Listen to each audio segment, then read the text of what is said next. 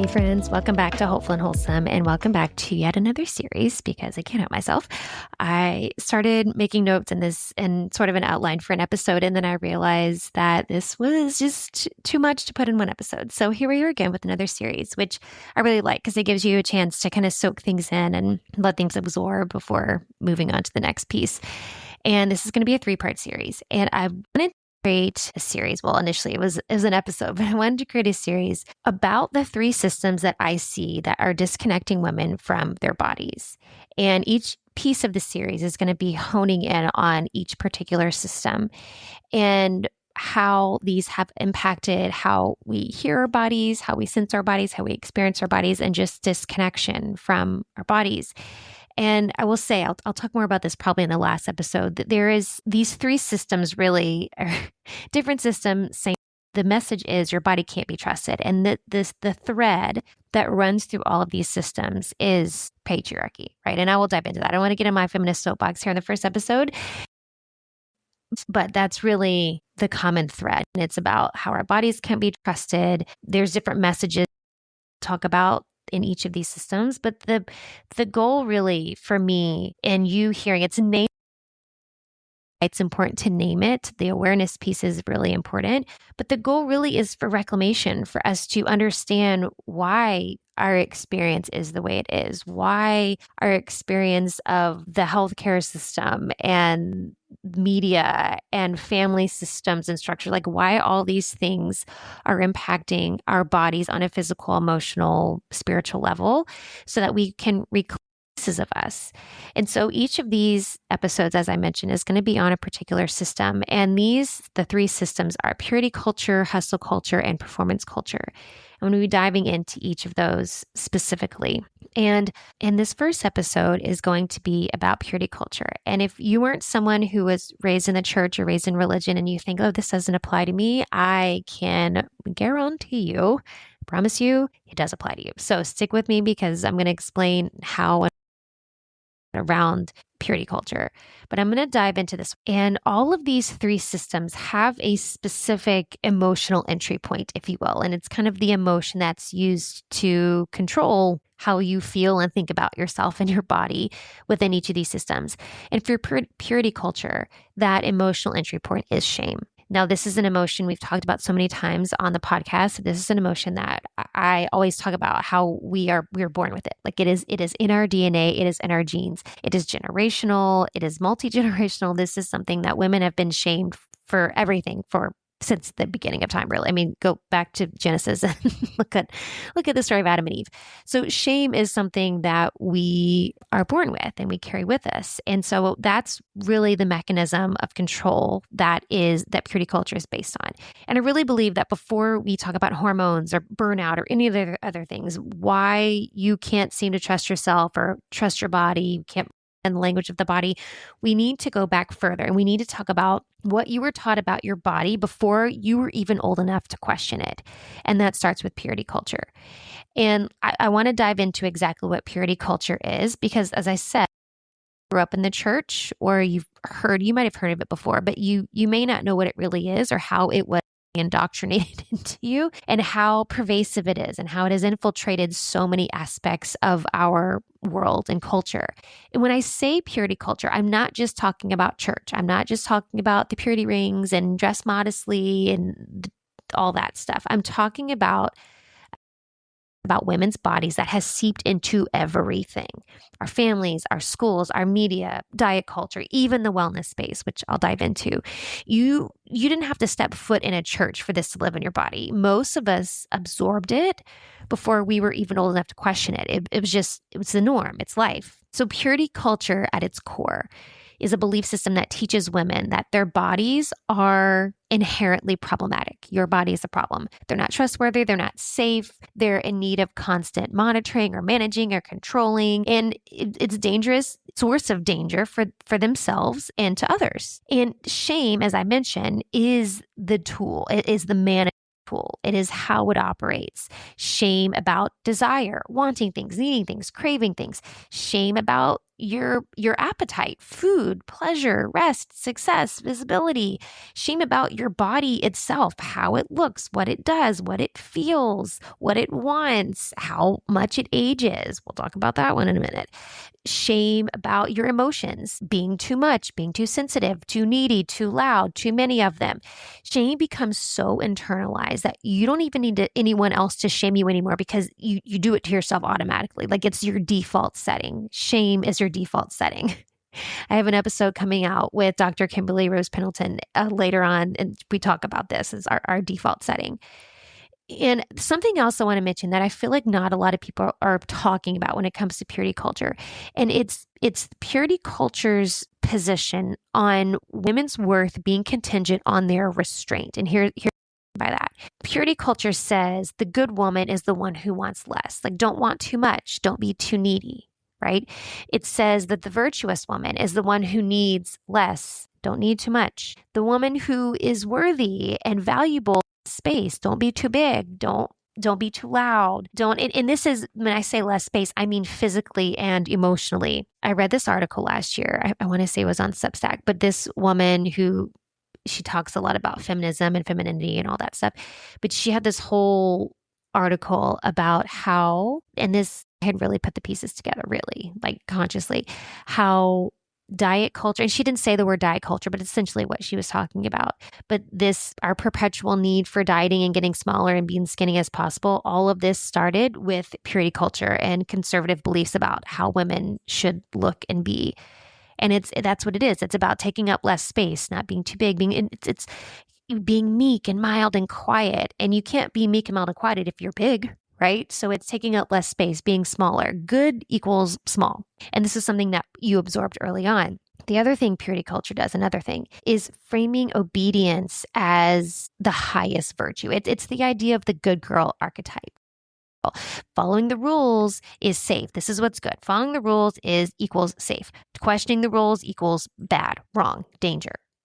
So if you want to be a virtuous woman, if you want to follow that be a good girl, that good girl archetype, you don't question the rules. You just follow them. Whether they're right or wrong, you question. Trusting external authority over your inner knowing was literally presented as wisdom. This is what is wisdom. This is what is right. This is what is correct. This is what is virtuous, is you trusting external authority, the rules, over your inner knowing. Your intuition, your gut, your body signals, your inner voice, whatever, however you want to describe it for yourself. This is positioned as something to be suspicious of because your heart is deceitful. Only God knows. You don't. Your heart is deceitful and it's sinful. We are born sinful. So whether you heard that literally or you just absorbed it culturally, this is the message we got. So why would we feel safe or comfortable or okay trusting our body or intuition when what was indoctrinated in us is that our heart is deceitful, it's sinful, that our desires can't be trusted because those are sinful too. They come from a sinful place and we don't know anything because only God knows. Another thing that purity culture did was made you responsible for other people's responses to you. Your body, your presence, your clothing, your energy, all of these are things that now you're responsible for managing on behalf of other people. And we see this all the time, right? We see this all the time. A woman gets assaulted when she's out running, going for a jog. And the first question is, what was she wearing?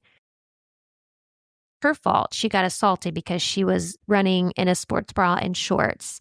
Because how other people see her and her clothing, that she's responsible for their actions and how they react to that. It's absurd. This is purity culture 101, patriarchy 101. So you learned as a woman early on how people responded to you was somehow your fault. This is where I really believe this is the core of people pleasing. And this is because if we just be good and quiet and do everything to make sure everybody else around us is okay, then this is good, right? We are a good, virtuous woman. If everybody around us is doing okay, and as long as I manage myself carefully enough, I'm not going to cause any problems. This is people pleasing. This is how people pleasers are born. This is how it starts. The other thing purity culture did is separated a woman from her own body's signals by teaching her that they couldn't be trusted. Things like desire, I mentioned before. Desire was something that you suppress because it was dangerous or sinful. Rest was something you have to earn. Hunger, even. Hunger was something to control. Pleasure, something that you should be suspicious of. All of these things, all of these feelings and signals that your body was sending you has to be filtered through the question of, should I be feeling this? Or even more, gaslighting yourself into, am I even feeling this? Like questioning, is this real? Is this even a real feeling? So you can see all of these pieces are so resonant. I believe that they're so resonant for all of us. And you don't have to grow up in church to experience this. And if you were thinking at the beginning, well, I wasn't raised in the church, I wasn't raised religious, this doesn't apply to me, I want you to consider this. Think about this. Did you ever grow up being told, whether indirectly or that, good girls follow the rules, or good girls don't want too much? That you basically saying, like, your job as a girl, as a woman, was to be agreeable and accommodating and just be easy. That's the other thing. Oh, she's just so easy. And that was a good thing. It was a good thing to be easy. Maybe you were told, whether directly or indirectly, that your body was something to be managed rather than something to be listened to. I mean, wellness culture, health and wellness space teaches this. So we'll talk about that in a little bit. But it's something to be managed rather than something to be listened to. And maybe you were taught directly or indirectly that needing things was somehow inconvenient or selfish. You're being selfish for needing things. It's you needing things was inconvenient. This is purity culture. You didn't have to be in church to experience any of these things. And I want to look beyond the church. Let's look beyond the church. Where else you absorbed this? Where else it's, like I said, this is so pervasive. It's infiltrated all parts of our culture, starting with diet culture. Diet culture says your body's hunger can't be trusted. I did a riff on this a while back. This was probably a few years ago because I saw this. It was some like influencer, whatever, talking about some supplement to help curb your hunger and turn off your body's hunger signals. And I got so triggered by it because I'm like, your body has hunger signals for a reason, right? You're supposed to be hungry. You have hormones that tell your body when you're hungry, when you're full, and those are there for a reason. Diet culture says that you can't trust your hunger signals, and their external rules about what and when and how much to eat are more reliable than your own body signals. This is familiar, yes? Diet culture also has this very binary way of looking at food. There's good food, there's bad food. So at some point, morality got attached to eating. Being good, quote unquote good, meant you had restraint. I had willpower. And being quote unquote bad meant indulgence or eating the quote bad food. So your relationship with food was this daily metric of your worthiness. Like, was I good or was I bad today on what you ate? That's diet culture. It starts with purity culture, the good, the bad. It's very binary. Media, beauty standards. Your body, and it still is, your body is represented as this problem to be fixed or shrunk or tightened or made younger or controlled. And this, because right now, I'll dive into this deeper later. Right now, for the health and wellness space, wellness culture, beauty culture, it's all about looking younger. It's about longevity.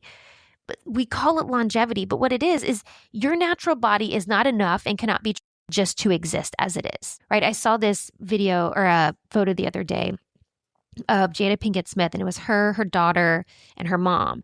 And it was like, oh, her mom's 70, but she looks 40. Why does she have to look 40? Why can she not look 70? Like, yes, she looked amazing. Don't get me wrong, but why does she need to look 30 years younger than she, like, why are we doing this? Like, why are we doing this? This is the beauty standards. This is what it is. Your body is a problem to be shrunk, made younger, fixed, all of the things. Family systems. Look at family systems. If you were ever told things like you're too sensitive, or think about how this affects other people, think about how your actions affect everyone else, and don't make a fuss, be the bigger person. All of these messages were about your inner experience is less important than the comfort of the people around you. All of you making a fuss, you arguing, you being too sensitive, your emotions, all of this is less important than the comfort of the people around you, because you should be more concerned about the people around you than about yourself and your own experience. Wellness culture. We'll dive into this deeper later. But even here, purity culture shows up. Clean eating and detoxing and purifying. And I'm not saying there's anything inherently wrong with those things, but it's the messaging around it. It's the language of wellness that's been this idea that your body in its natural state needs to be cleansed, corrected, controlled, and detoxed. Like, it has to be made pure. If you're not getting colonics every weak, then you're full of, you know what I'm saying? Like this is the message. And if you're not doing that, then you're doing something wrong. If you're not doing that, then you're not really healthy. You're not really this picture of health. And you're not all of these messages. It's all the same language. And this is why I'm starting here with purity culture with this series before we talk about anything else, because you cannot build a new relationship with your body on top of an unconscious belief that your body is the problem.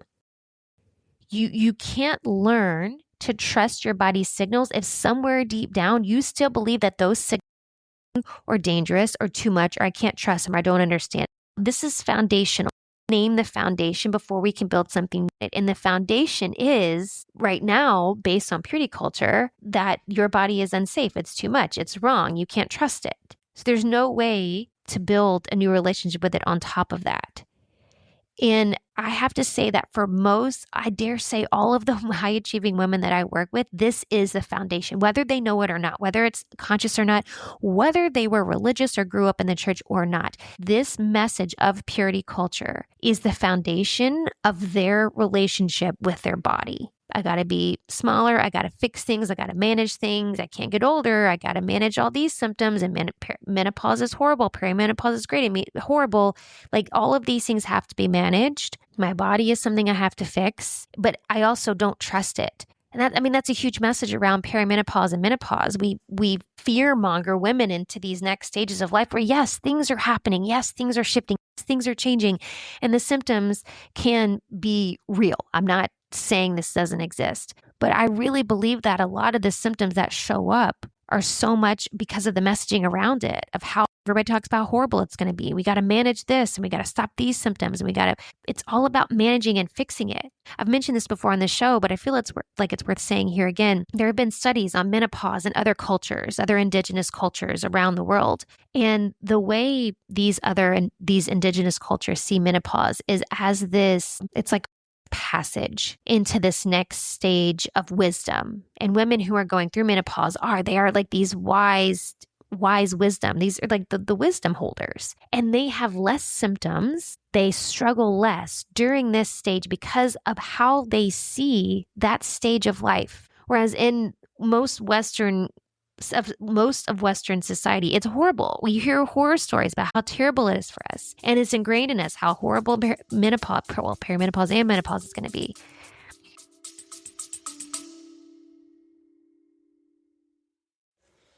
Hey, y'all, we'll get right back to the episode. But first, let me ask you this. You've built a vision that others admire. And you've built something that you're really proud of. But behind the scenes, your body feels like it's lagging behind. It just can't quite catch up to your brilliance and your mission that you have. That late night second wind, the foggy mornings, the hormone shifts, the endless push and forcing. You can't strategize your way out of that. And you already know you don't need more supplements. You don't need another supplement stack. You also don't need another side hustle disguised as self-care, because nobody wants to have their health as a side hustle. This is about recalibrating your entire ecosystem. And that's why I created the Quantum Reset, a premium 3-month high-touch healing experience for visionary women who are ready to feel as powerful in their bodies as they do in their business. Inside, we decode your nervous system, your minerals, your hormones. We read your labs like the sacred text that it is, so we have actual answers. And then we pair that with deep energetic recalibration, subconscious release. We use gene keys, we use human design, and true embodied healing.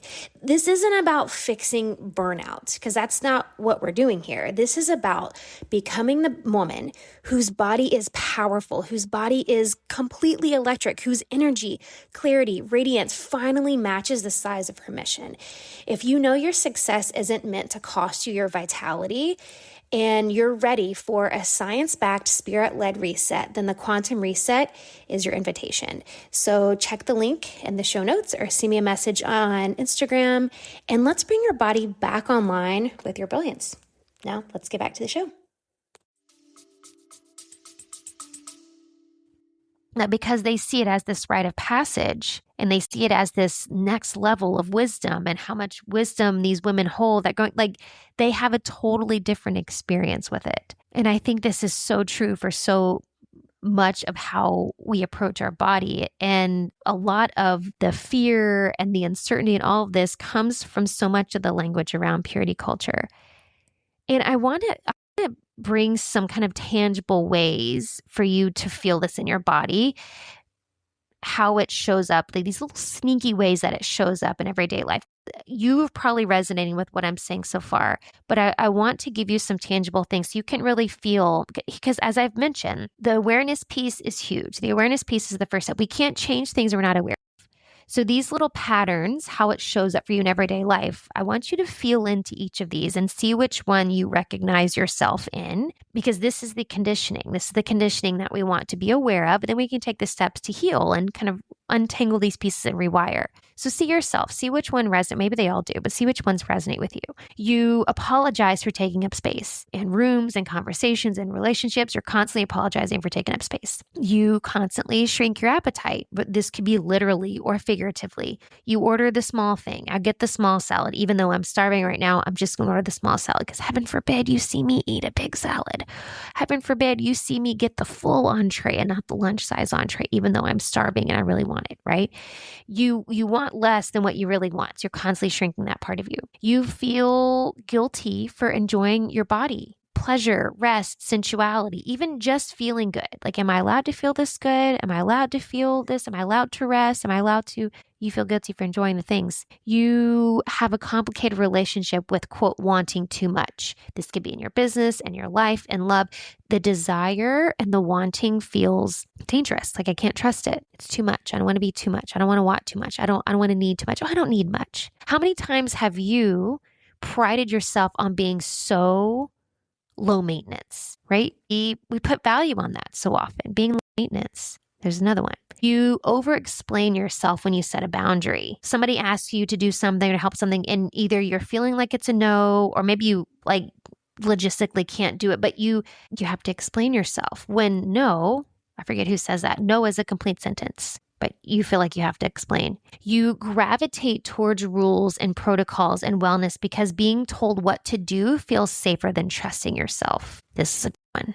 This is a big one. You measure your worth by how little you need and how much you can give. Again, priding yourself on being low maintenance or priding yourself on being the one that always gives. You always step up. You're always doing everything for everybody else. You're the one who overgives. Or maybe you feel uncomfortable being seen, like truly seen. You really want it. Like you want to feel validated. You want to be seen, but you feel uncomfortable actually being seen. Maybe you second guess your perception of situations. Like you gaslight yourself, like, oh, maybe I'm overreacting. Maybe it wasn't that bad. Maybe I didn't feel right. Second guessing your own emotions, your own perception of what actually happened. And here's a last one I'm going to mention. You have a deep fear of being too much.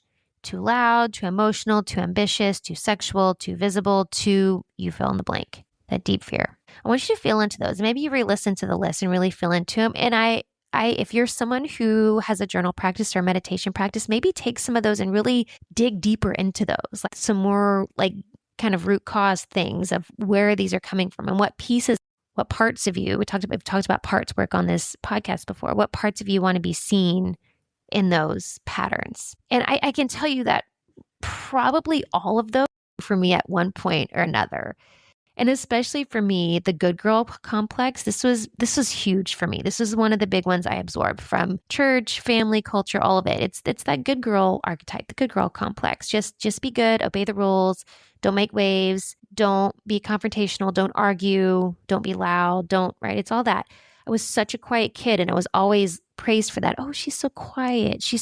And it just instilled it even deeper. The other piece of modesty, that was a big one. Hide your body. You don't want to make men stumble. You don't want to make men think things sexually about you. So of course you play small. Of course you're feel a certain way about your body when you're told to cover it up because you're going to make other people think bad things. Of course you're going to feel a certain way about your body. And the other thing too, it kept, for me, I don't want to speak for everybody, for me, it also kept me playing small, like being small, literally, like I have talked before about disordered eating behavior for years, like being small, literally, just be as small as possible. It makes you seem more submissive, more meek, good, quiet. It's all of that ties in to the basis of culture. And I've done so much on this stuff. Like this has been over the past, like, I don't know, probably decade of my life, like really becoming aware of this. I guess, I mean, honestly, for so long, I wasn't even aware that these were the things running the show, like why I felt a certain way about my body, why I had so much trouble with my relationship with food, why I had problems being seen and being heard and like all of that, using my voice. And I find even now, the thing I think that still, there are areas that are still work in progress, but I do find the area that I still shrink the most for me, it's asking for what I want. Like when I need support or help or validation, which are very real human things. Like sometimes we need those things. Sometimes we need help, support. Sometimes we need to be validated. There's nothing wrong with that. And sometimes I find myself holding back or like really having to psych myself up to ask for it. Like if it's something like I need my husband, like something I typically do with, for the family, for the kids, but it's like either I'm mentally like overloaded or it's like I need a mental break. And my husband would do it in a second if I would just tell him like, hey, I need you to help me with this thing. But it's like it can be such a stretch for me. And then it ends up building up and then he can tell something's wrong and then end up like turning into this whole thing. He's like, why didn't you just ask? Like, why did you have to make it to this whole thing? Like this is still this piece that I'm still unraveling, untangling. For me, the question was, I asked myself, like, what would I do differently if I truly believed that my desires were trustworthy and my body was trustworthy? So for me, I would listen to my body, like actually listen to my body. I would actually listen to the desires. I would ask for what I want when I need help or support or guidance or validation or a listening ear. Like I would ask for that. And also I wouldn't worry about like doing things outside of the box, not following the quote unquote rules or ruffling feathers. And that's been something I've really been leaning into the past years, especially me as a manifesting generator. We're not supposed to do things in the box. We're supposed to be doing things out of the box, owning those parts of me. So ask question too, like what would you do differently? How would you be showing up differently if you truly believe that your desires in your body were trustworthy? Because there's a cost to this. There is a cost of us being stuck in these patterns and living by these tenets of purity culture here. First of all, it keeps you stuck in shame, and everything. How we look, how we feel, how we move, how we eat, how we speak, how we make others feel, all of these things. As I mentioned at the very beginning, we're born with this. Like we are born with the shame in our bodies. It is in our moms, our grandmas. It goes generations back. This shame spiral, living in this shame spiral is completely disconnecting us from our own desire and our own intuition. Shame is like the lowest emotion on that emotional scale, like the emotional frequency scale. It's like the lowest one. So we are vibrating at such a low frequency when we're in this place, and it is completely disconnecting us from ourselves, our intuition. You literally cannot access your creativity or intuition when you are in the shame spiral. And if we think about this from a logistical standpoint, the sacral center, this is your center for creativity, desire, life force energy, sexuality. And this is also the center where shame lives. So you can see the conundrum here. When we are letting our lives be led by shame, literally cutting ourselves off from our sacral power, our ability to be creative, this life force. We're cutting ourselves off from life force, desire, sexuality, pleasure, like all of that. Not to mention, our sacral center is also connected to our reproductive organs. And so how much is that affecting our fertility, reproductive issues, our hormones, our periods, perimenopause, menopause, all those things. I feel like there should be, I don't know how you would study this. I feel like there should be a study on that. Like women who are so disconnected from their bodies and from their sacral power and how that impacts menopause. Because I know it's a thing. I mean, there's a need to be a study because I know it's a thing. I know it is. And the fact is, when you spend years of your life or your entire life learning that your body's signals and desires are dangerous, of course you stop hearing them. And that silence has a price. It's affecting you on a physical, emotional, spiritual level. These realizations that I've had about this, and specifically purity culture, has been a huge piece of mine. Like living by these pieces has been a huge part of my existence and a huge part of my healing. This has been something I've been putting together over the past decade, like really diving into it. And after really diving into personal development and working with My very first business coach, she was like a spiritual business coach and life coach, for the first time brought so much of this up to the surface, my religious conditioning, my perfectionism, all these pieces. She also introduced me to human design. So it's like the beginning of this whole process, of the beginning of my own reclamation.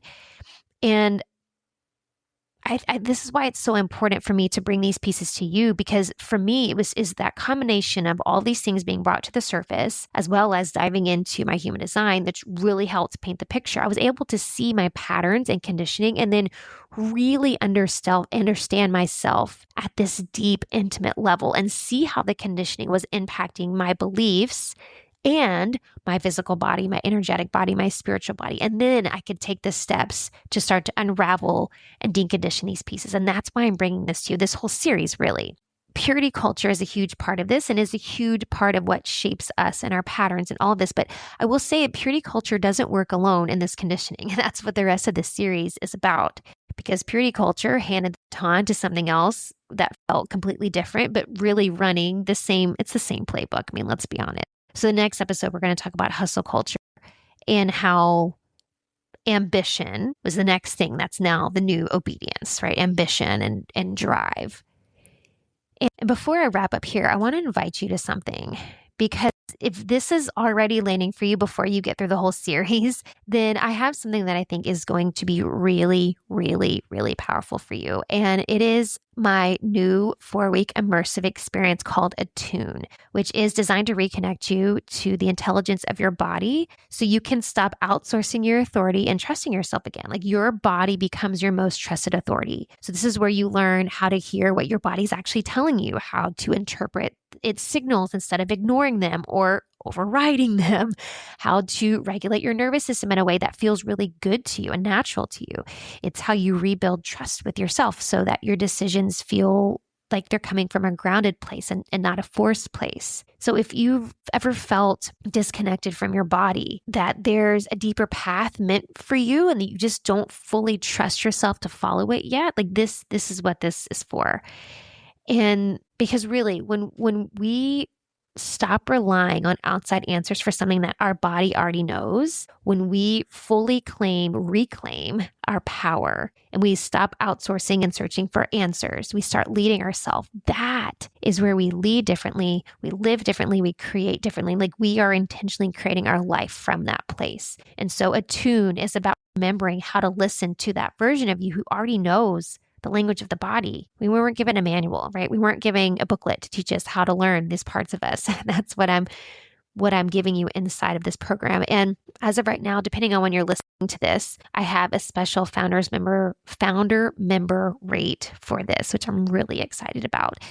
All of this is, there's part self-guided, there's part live trainings. I'm going to take you on some journeys in these live trainings. There's going to be Telegram support. So you're going to be getting support over these whole 4 weeks. It's going to be a really incredible experience. So the link is in the show notes, and it is at a crazy bananas founder members price right now. So go check that out, and then tune in for the next 2 episodes of this series, because I'm going to help connect some more dots for you and put some more pieces together and really help name these pieces that have been impacting you on a cellular level, impacting how you are experiencing life and living. And for me, it's putting all these pieces together.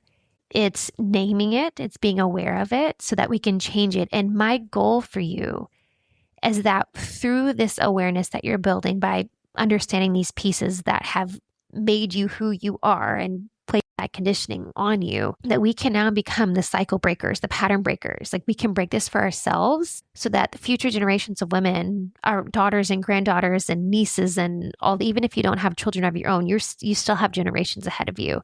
They don't have to do this work. We're doing the work for them. We are going to be the cycle breakers, the pattern breakers. We can break the chains of the patriarchy and how that's impacting us on this physical, mental, emotional, spiritual level, bringing us to a richer, more fulfilled life, more fulfilled existence. And that's my hope for you. So I will see you in the next episode. Go check out the show notes if you want to jump into Attune. We're starting soon, and I'll see you next time.